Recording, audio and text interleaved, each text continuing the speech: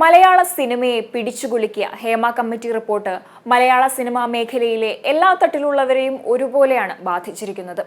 ഒരു വ്യവസായ മേഖല ഒന്നടങ്കം അപമാനിക്കപ്പെടുന്ന അവസ്ഥ. ഇവിടെ തെറ്റ് ചെയ്തവരും ചെയ്യാത്തവരും ആരോപണ വിധേയരായവരും അല്ലാത്തവരും ബാധിക്കപ്പെട്ടവരാണ്. ഇപ്പോൾ റിപ്പോർട്ട് പുറത്തു വന്നതിന് പിന്നാലെ ഉണ്ടായ കോളിളക്കങ്ങൾ ഒരു വശത്ത് നിൽക്കെ കേരളത്തിന്റെ മാതൃക പിന്തുടരണമെന്നാണ് വിവിധ സംസ്ഥാനങ്ങളിലെ സിനിമാ പ്രവർത്തകരുടെ ആവശ്യം. കഴിഞ്ഞ ദിവസം നടി സാമന്തയും വോയിസ് ഓഫ് വിമൻ എന്ന സംഘടനയും തെലുങ്ക് സിനിമാ മേഖലയിലെ പ്രശ്നങ്ങൾ പഠിച്ച സബ് കമ്മിറ്റി റിപ്പോർട്ട് പുറത്തുവിടണമെന്നാണ് ആവശ്യപ്പെടുന്നത്. WCC മാതൃകയിൽ തെലുങ്ക് സിനിമാ രംഗത്ത് രൂപീകരിച്ച സംഘടനയാണ് voice of women. Hema committee report പൂഴ്ത്തിവെക്കപ്പെട്ടതുപോലെ തെലുങ്ക് സിനിമാ രംഗത്തെ ആ സബ് കമ്മിറ്റി റിപ്പോർട്ടും വർഷങ്ങളായി പുറം ലോകം കാണാതെ ഇരുട്ടിൽ തന്നെയാണ്.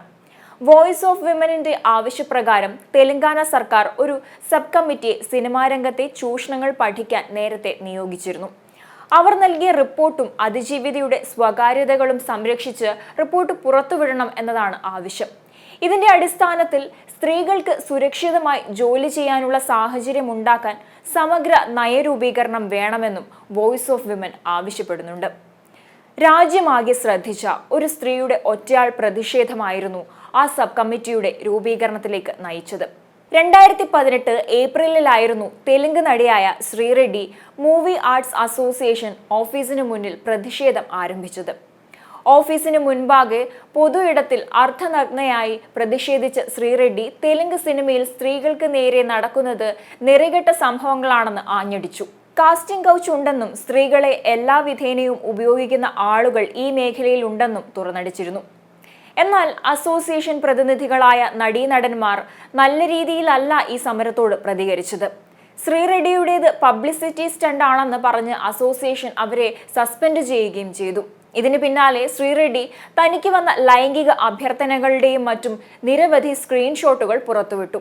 തെലുങ്ക് സിനിമാ മേഖലയിലെ നിരവധി തിരക്കഥാകൃത്തുക്കളും സംവിധായകരും നടന്മാരും തന്നോട് മോശമായി സംസാരിച്ചെന്നും കാസ്റ്റിംഗ് കൗച്ചിന് നിർബന്ധിച്ചെന്നുമുള്ള ശ്രീറെഡ്ഡിയുടെ ആരോപണങ്ങൾ ശരിവെക്കുന്നതായിരുന്നു പുറത്തുവിട്ട സ്ക്രീൻഷോട്ടുകൾ. ഇവരിൽ നിലവിൽ തെലുങ്ക് സിനിമയിലെ പ്രധാനപ്പെട്ട നടന്മാരിൽ ഒരാളായ റാണ ദഗുബാട്ടിയുടെ സഹോദരനുമുണ്ടായിരുന്നു. തെളിവുകളടക്കം പുറത്തു വന്നതോടെ വിഷയത്തിന്റെ ഗൗരവം 10 മടങ്ങ് വർദ്ധിക്കുകയും വിഷയം ദേശീയ ശ്രദ്ധയിലേക്ക് വരികയും ചെയ്തിരുന്നു. ശ്രീറെഡ്ഡി ഉന്നയിച്ച സിനിമാ മേഖലയിലെ സുരക്ഷിതത്വമില്ലായ്മയും അരക്ഷിതാവസ്ഥയുമെല്ലാം ഹൈക്കോടതി വരെ എത്തിയതോടെയാണ് സബ് കമ്മിറ്റി രൂപീകരിക്കപ്പെട്ടത്. സ്ത്രീകളുടെ പ്രശ്നങ്ങളും സിനിമാ മേഖലയിലെ ലിംഗ അസമത്വവും കൃത്യമായി പഠിക്കുക എന്നതായിരുന്നു കമ്മിറ്റിയുടെ ദൗത്യം. വോയിസ് ഓഫ് വിമനിന്റെ ആവശ്യപ്രകാരം തെലങ്കാന സർക്കാർ ഒരു സബ് കമ്മിറ്റിയെ സിനിമാ രംഗത്തെ ചൂഷണങ്ങൾ പഠിക്കാൻ നിയോഗിക്കുകയായിരുന്നു. തെലുങ്ക് സിനിമയിലെ ലൈംഗിക ചൂഷണങ്ങൾക്കെതിരായി വോയിസ് ഓഫ് വിമനിന്റെ ആവശ്യപ്രകാരമായിരുന്നു സർക്കാർ 2019 സബ് കമ്മിറ്റി രൂപീകരിച്ചത്. സിനിമാ മേഖലയിലെ പലരുമായും നിരവധി തവണ സംസാരിച്ച് കമ്മിറ്റി തങ്ങളുടെ റിപ്പോർട്ട് 2022 ജൂണോടെ പുറത്തിറക്കി സമർപ്പിച്ചു.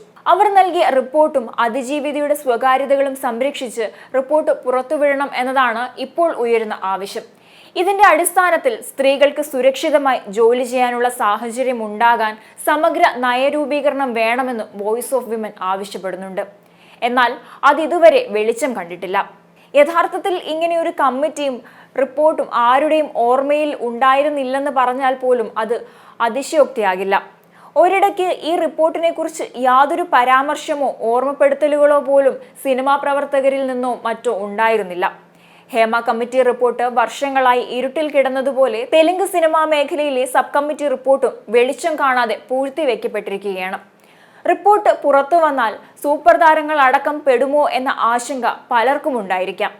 എന്നാൽ ലിംഗനീതിക്കും ശുദ്ധീകരണത്തിനും അത് ആവശ്യമാണ് എന്നതാണ് സാമന്ത അടക്കമുള്ള തെലുങ്ക് അഭിനേത്രിമാരുടെ പക്ഷം. വോയിസ് ഓഫ് വിമനിന്റെ ആവശ്യത്തെ പിന്തുണച്ച് നടി സാമന്ത രംഗത്ത് വരികയായിരുന്നു. സംഘടനയുടെ പ്രസ്താവന ഇൻസ്റ്റഗ്രാമിൽ പങ്കുവച്ചാണ് സാമന്ത തന്റെ പിന്തുണ പ്രഖ്യാപിച്ചത്.